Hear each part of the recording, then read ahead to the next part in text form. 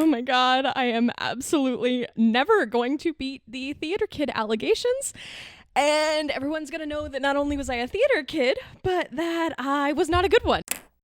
Hey there, it's Julia, the ex-English major and host of a brand new podcast, the Self-Insert Podcast. Today is our very first episode, and I am here with Ed Gills. So, welcome to the show. Thank you for having me. Why don't you start with just telling us a little bit about yourself? Well, you see, I was once a fearsome and mighty Geat who had the pleasure of serving under the greatest Dane who ever lived, Beowulf. Now, I don't mean to pry, but you say you're Danish. You say you're a Dane. The helmet looks a little off to me. Again, don't mean to be rude here.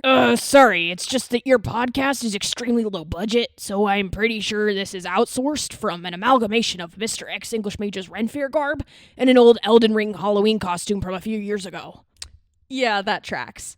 So let's start from the beginning of our tale, Beowulf. You want the very beginning? I mean, I guess so. That's what my notes say. Well, you see, the story is actually quite short. It'd sure be a shame if someone were to randomly deviate from the actual story to provide lots of commentary and historical context on the background and additional things, etc.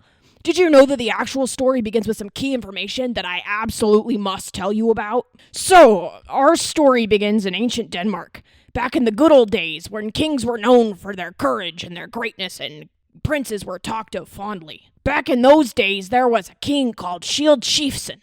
Some histories say his name is Skjolder, but he was a great and mighty king. Oh, so the story's about Shield. Nah, he doesn't really matter to the story, except that he had a son named Beowulf. Beowulf was an equally great and mighty king. Oh, Beowulf. So that's who the story's about. What? No, of course not. I'm only partway through my intro. That is a completely different Beowulf. Most translations write it as Beow, just to keep it straight in your head.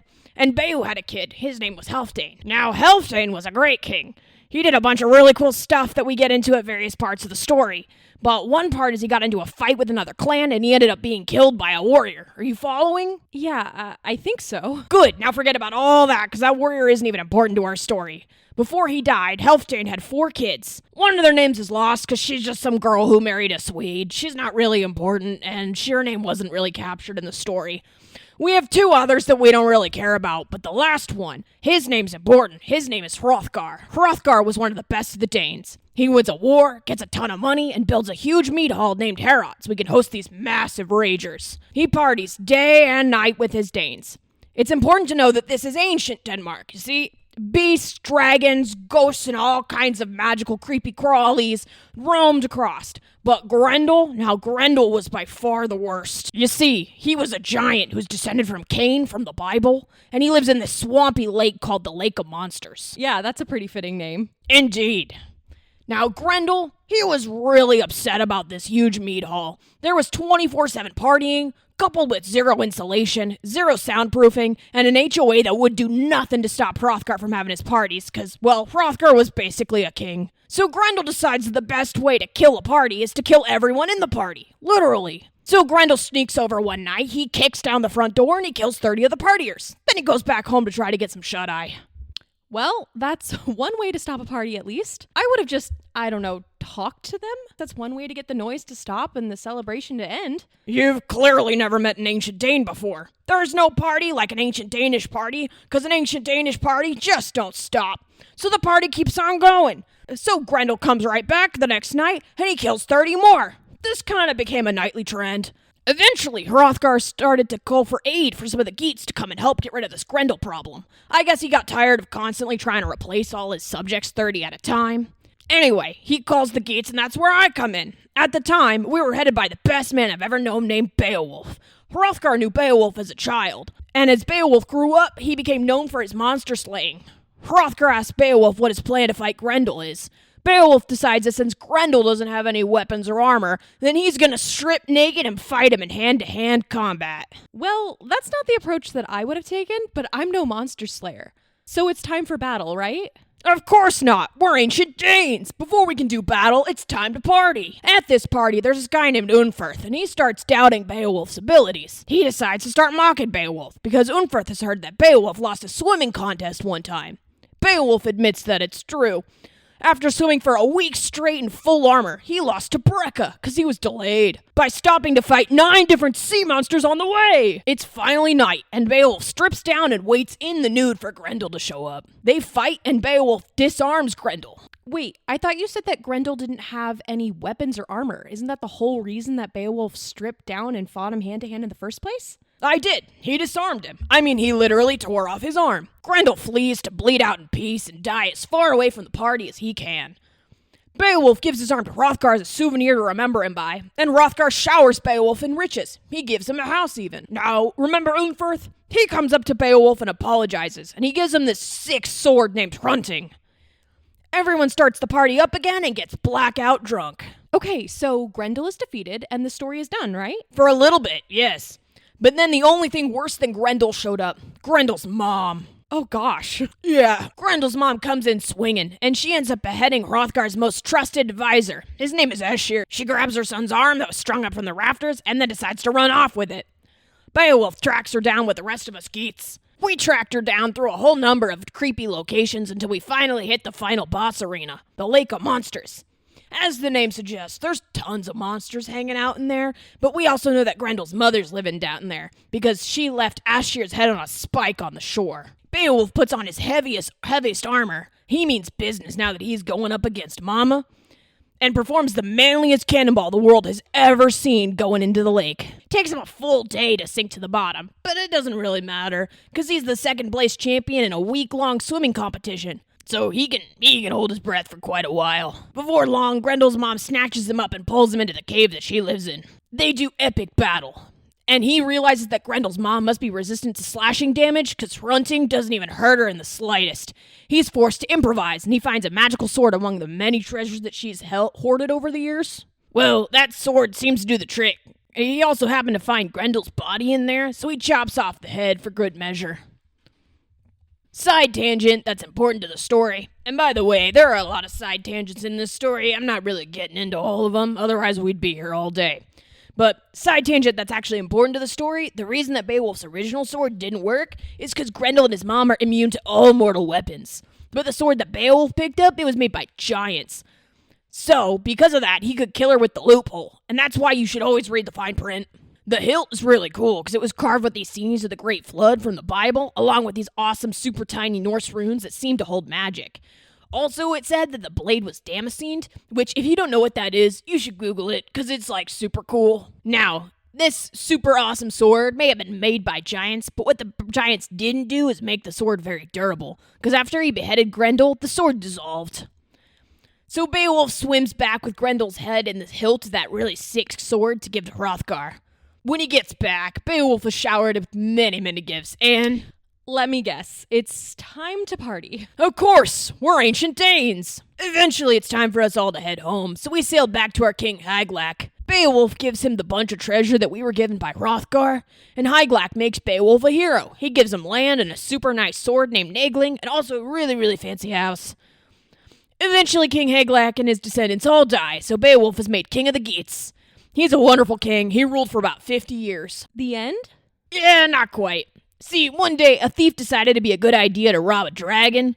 The dragon had been living quietly and not really bothering anyone on this ancient burial hoard that was filled with treasure. Clearly, a dragon isn't going to stand for robbery, and it decides that it'd be a lot more work to track down the thief, and just a lot easier to burn everything in its path, and hope that he catches the thief eventually. So, the dragon started burning.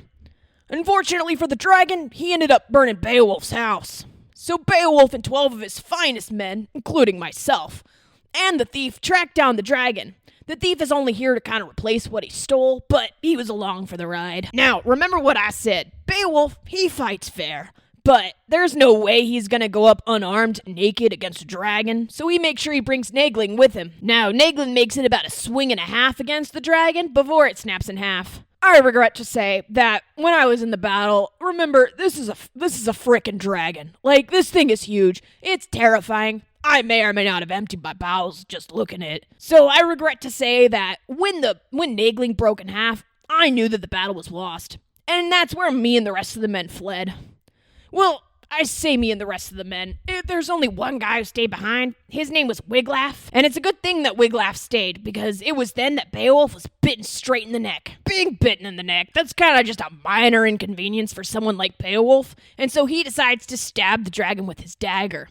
Wiglaf sees that the dragon has been injured, and so then he finds a weak point and hits it. And with the dragon being so weak, it lets Beowulf go ahead and finish it off. Now, Beowulf is too much of a real man to die from something as silly as a dragon bite, but dragon poison will kill everybody. His final request was for Wiglaf to have him pull out some of the best treasures so that way in his final moments he can look at the loot he just won. And Wiglaf, being a good dude, he decides to. So Beowulf makes him king, and then Beowulf dies. Now that he was king, King Wiglaf exiled me and the rest of us who fled before the Geats took all the treasure back home and had a sick-ass funeral for Beowulf. They buried him with the treasure, which is where it remains to this day. So, is that the end? No other parties? Nothing else? Well, there probably were other parties, but I wasn't invited on account of being exiled and all, so I can't really say for sure. All I know is that that's the end of our tale. Okay, well, so thank you for sharing all of that, but why is this something that we still even care about? Well, you see, Beowulf is one of the oldest English texts that still exists, and one of the few key insights that we have into Old English life. The story was probably written down sometime in 975 to 1025, but that's just a retelling of a much older story that has been part of a greater oral tradition. You see, in a lot of cultures, including Anglo-Saxon English life, a lot of things weren't necessarily written down in the beginning, and things were passed down through storytelling, through oral tradition. This is the same with a lot of old-timey cultures. Before people introduced writing, a lot of these stories were passed down from generation to generation before someone decided to write them down. Now, what's super cool about Beowulf is it's part of this one final existing manuscript, and for the most part, this is kind of the only piece that we have from it.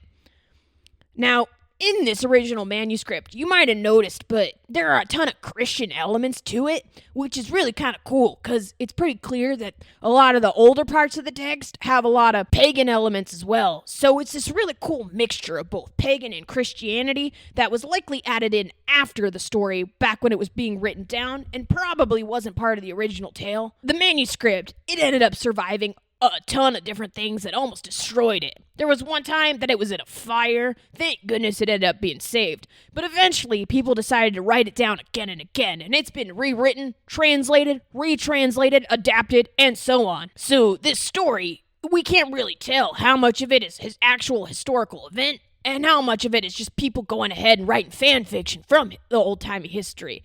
But either way, I think it's pretty cool, because it's got monsters and dragons and all these fantastical elements, fantastical magical elements, but then it's also got these pieces that feel like it could be real history, but really, nobody knows for sure. And honestly, who cares about all the historical elements in my opinion anyway? Because even if it wasn't real, it makes a great story at its core. It's a story about loyalty, about fighting fair, and about the importance of tradition and history. And it's influenced a lot of stories still today. Some of the really important ones being Lord of the Rings by J.R.R. Tolkien, who then went ahead and inspired a lot of people into a lot of the great fantasy stories that we have today. Not to mention a lot of fantasy video games. 13 individuals and one thief going into a dragon's lair? Yeah, that sounds like The Hobbit to me. Well, thank you, Ed Gills, for taking the time to meet with me and tell us all your story. Before you go, where can the audience find you? Oh, well, you won't really find me in the story. Not really. We just kind of picked a name that was pulled from one of the lists of genealogies within the book, and then I used it for the video. In fact, definitely don't go ahead and look too hard at the name I picked, because I picked the name from the Swedish lines. So, honestly, he's not even a geek, so I just picked it. Sorry about it. This is my channel. But no, you should really definitely go ahead and read Beowulf for yourself. Seamus Heaney's translation is the best one, but you can go ahead and try to prove me wrong in the comments. But your opinion would be incorrect. Well, there you have it, folks. Thank you for taking the time to watch this goofy little podcast. I hope that you enjoyed it, because I had probably a little too much fun making this. So please, if you did like it, let me know which ones you want to see next. And I had a great time, so I hope that you did too. All right, that's it. I think we're good.